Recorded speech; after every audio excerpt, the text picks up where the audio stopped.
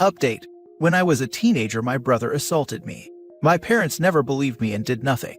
Now they demand me to save my father and apologize to my brother. Original post.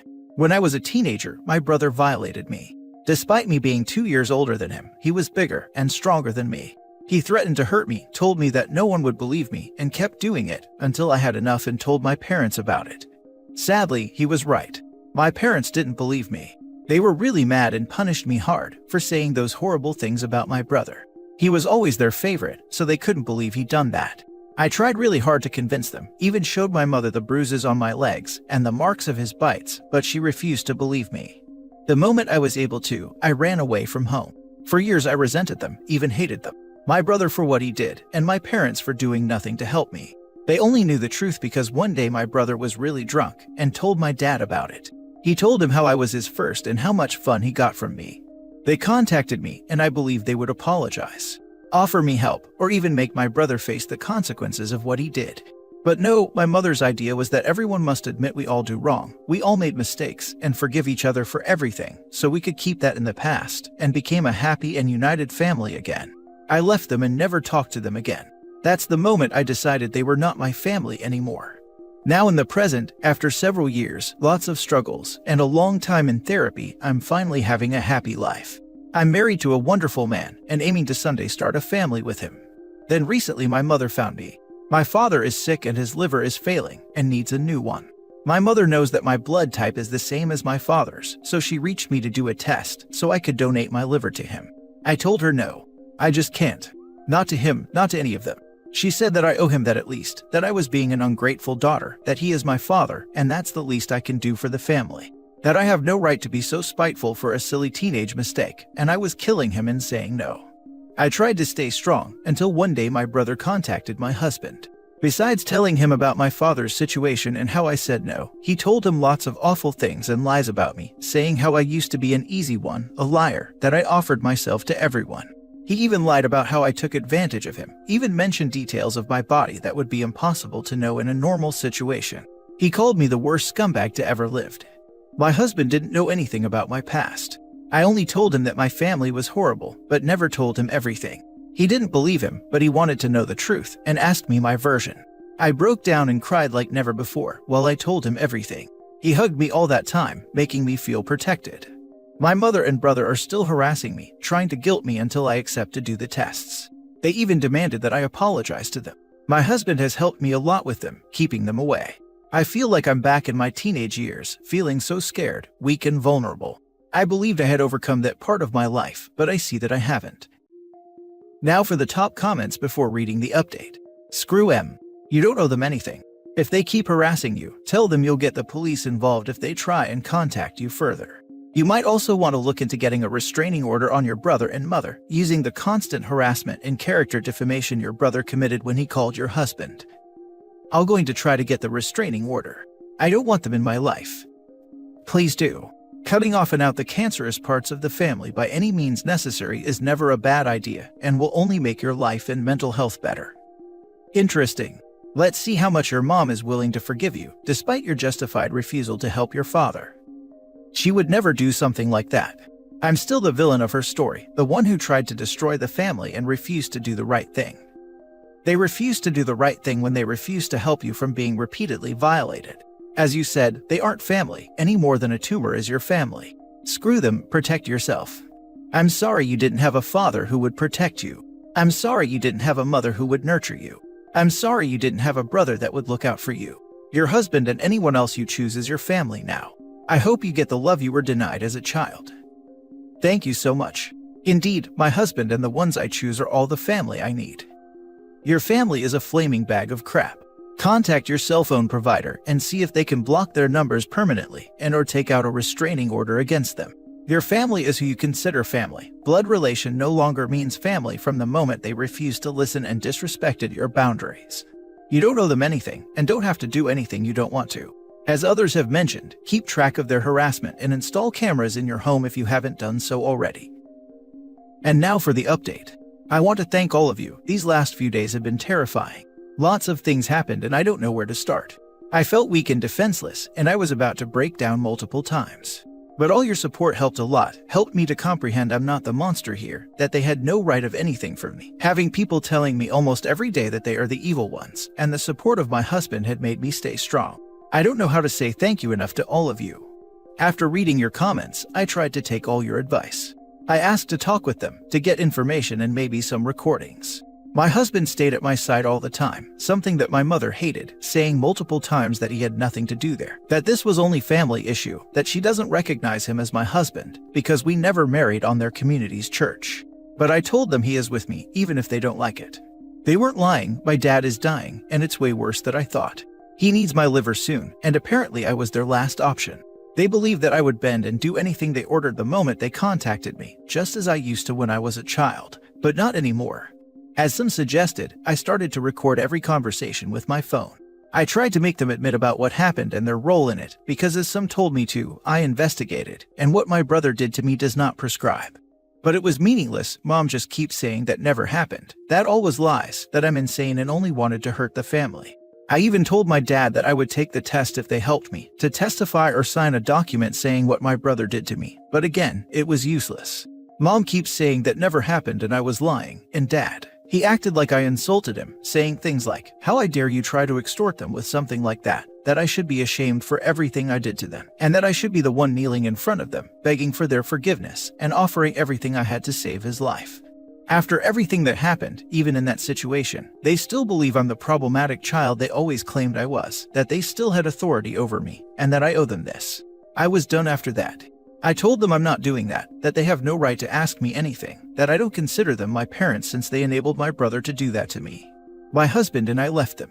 But on the way to the car, my mother followed us, yelling at me for killing my own father. She even quoted the Bible saying that I should obey my father and mother, but looks like I wanted to add another sin to my list. Since then, the harassment became worse. I'm getting called every day, lots of awful texts, calling me selfish, calling me murderer. I tried my best to keep and look strong, but I had been breaking down in tears every day in the shower. It still hurts. We tried for the restraining order, but it's going to be stupidly slow, as they don't believe I'm an immediate risk. And because it's December and people don't do much on these days. But my breaking point was 2 days ago, when my mother called again. I take all the calls and record them, to try to have something that will help me in case she says something or admit what my brother did. But this time she went right to hurt me. She always knew how to hurt me, what buttons press. She told me lots of awful things, like how they told everyone in their community that I ran away because I was an addict and became a prostitute, that I was a shame, that I will burn in hell for killing my father, for lying and turning my back to the family. She told me how I was damaged goods, that no one would ever really love me for not being pure, that man I call my husband would use me, get bored, and leave me as the trash I am, and that every man would do the same. She kept on it for 30 minutes. I tried to reply at the beginning, make her say something, make her to commit a mistake, but at some point it was too much. I couldn't stand anymore and break. My husband found me on the floor. I was a crying mess, shaking. I tried to be strong, to face them, to maybe find some justice for what he did, but I couldn't take it anymore. I'm just not that strong. He hugged me while I cried. I begged him to never leave, to love me, to take me away from there. I didn't want to know anything about them. He let me cry and supported me until I fell asleep. I don't know how he did it, but I woke up in bed. It was 4 a.m. when I woke up, and he was still awake taking care of me. I told him that I couldn't do it anymore. I can't stand against this, the transplant, trying to make my brother pay. I was done and just wanted to escape. He told me that we would do anything I wanted, as long as I was safe and happy. Yesterday he came to me and asked me if I really meant what I said about an escape. I told him yes, I wanted to just get out, turn off my phone, and to not think about any of this, so I was impatient for our trip as every year we stay with his family for Christmas and New Year. His family is amazing and those days are super fun. Well, he said that we could have little vacations before our vacations. He said that after a little research, he got us a trip to Las Vegas and Disney. He got everything ready, only needed to confirm, so he was asking me if I really wanted to get out. I was shocked. I freaking love Disney and always wanted to go to Disneyland. I wanted to say yes, but how are we going to pay it? We are not poor and have some savings, but everything he was offering me sounds really expensive. To put you in context, my husband loves video games, and beside our own savings, he has been saving to buy a complete gaming setup. He wanted to buy it for his birthday, but he told me that after he saw me and how I was, he needed to do something, so he decided to take that money and use it. This is one of the most beautiful things he had done for me. I cried and hugged him, and now we are going to the USA. I'm aware this is not a solution, and these monsters will still be there when I return. But with this, I'm getting away from them, to have peace and fun, and to be surrounded of people that love and care about me. To me, that is a win. I notified the hospital that I'm being pressured into being a donor, and that I don't want to do it. That now, no matter what, I'm not giving him anything. I send a final text to my mother, saying I will never do it, to stop harassing me and never try to talk to me again, and that I will go to the police and do everything I can to put my brother in jail. I don't want any of them in my life again. I blocked my mother's number and every unknown number that they had used this past few days, and I'm going full no contact again. It's going to be hard, long, and painful, but I had my husband's support, and all you beautiful Reddit people. Again, thank you, and happy holidays to everyone. You are doing right by yourself in doing what you are doing, but do make sure to keep all the evidence you can just in case something happens. But be prepared for gaslighting like what they were doing before. Keep hard evidence that cannot be explained away, such as text or recordings. My guess is they won't stop until they have you under their control again. That means doing everything they want you to do, and only doing what they approve of. If your brother tries your husband again, try and make sure he also records and saves. Thanks. We are keeping everything. Lol, you can't murder someone by depriving them of a freaking transplant. Life is finite, it ends, it's supposed to. That's why health is so precious. Your family sound as screwed in the head as mine. I disowned both sides 11 years ago. No contact means no contact. Don't check anything, don't leave your guard down anywhere or anytime, but don't care either. After about a year, it will feel like things were always this way, and just so peaceful. I've also been divorced in another country after 10 years of marriage, and left with nothing, to start over from the bottom. I got on just fine. Believe in yourself, blood doesn't mean anything, real family won't ever treat you like that. You got this, and you aren't alone, nor the first, nor the last to have to do this. Stay strong, OP, you've got this. Enjoy Disney and let your family rot. Thank you. I will enjoy it. I wanted to go since I was a child. While in Vegas, send a video of you doing shots, and then block them in every aspect you can. They really reap what they sow. Besides, I'm sure your father is in need of a better liver, and not from some cheap woman as they like to say. That would be a great idea, but I don't want to have any type of contact with them at all. Now for the last story. My wife and son blame me for my oldest son's death. 10 years ago, my oldest son started a job working the graveyard shift.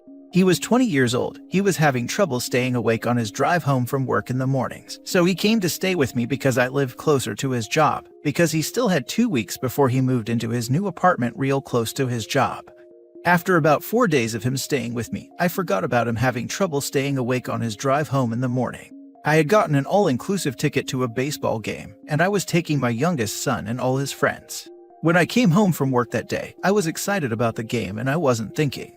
I woke up my oldest son out and asked him if he wanted to go to the game. He looked at me crazy and then got up to go to the restroom without saying anything. His mother walked in at that time and saw him and said, "Boy, what are you doing up?"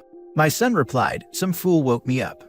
We went to the game, and that next morning when I was at work at 8:17 a.m., my son had fallen asleep and went head-on into an 18-wheeler and killed. My wife and youngest son knew about me waking him up, and they held it against me. Within 2 years, my son had moved off for college, and my wife divorced me. For 10 years, I've been living with this debilitating guilt and self-loathing. It has ruined my life. I'm on medications for severe depression and PTSD. I lost my business, my house, my wife, both my sons, my health and my dog. I sit here 10 years later still suffering from that eventful day. Every day I hear the words, "Some fool woke me up." Every day I see his burned up body and images in my head. I recently wrote this article for another sub and got a lot of good advice. I haven't seen or talked to my wife and son except a handful of times in the past 10 years. I'm thinking about confronting them, even now that I'm divorced and my son is married with a kid that I've never met. I need some type of closure so I can finally heal. How do I confront them and try to get them back in my life? Or should I just let sleeping dogs lie? I really miss my younger son and want to be a part of my granddaughter's life. Now for the top advice. Oh wow, I'm incredibly sorry to hear about this heartbreak. I can't imagine. Truthfully, it seems as if your ex-wife and younger son were looking for answers and for someone to blame, and you unfairly became that person. I'd be willing to bet your older son had sleeping issues outside of you asking him to a game, and living the rest of your life blaming yourself is doing absolutely no one any good. You deserve a life as well. Have you or are you in therapy to address some of these issues? As for your ex and son, I'd focus on your son. See if he's open to a conversation, tell him how much you miss him, and how you want to be in his life. Start small and see if he's open to the idea of it. You all lost a family member that day, and I'm so sorry your loss continued. Yes, I spent several years in counseling and saw a psychiatrist. It helped some, but the depression always came back. I have learned to live with it, but I want my son back in my life. I'm just not sure how to do it. You just start. Reach out to him by email, letter, or message on social media, whichever you have access to. Just start by being honest about how much you miss him and ask if he'd be okay talking and maybe reconnecting. I have messaged him dozens of times in past years. When I found out about medical school, when I found out he got married, when I found out he bought a house, had a child, and on and on. He never answers me back. Oh my god, OP, my heart breaks for you. You certainly have complex PTSD. I don't know if you've sought therapy or if you've heard this before, but it is not your fault what happened. It is so obvious you loved your son. That accident did not happen because you woke your son up. It sounds like he was chronically sleep deprived or having trouble adjusting to an unnatural sleep cycle. I am also someone who is so defined by someone dying. Please message me if you want to. I'm so sorry, OP. Thanks, that means a lot.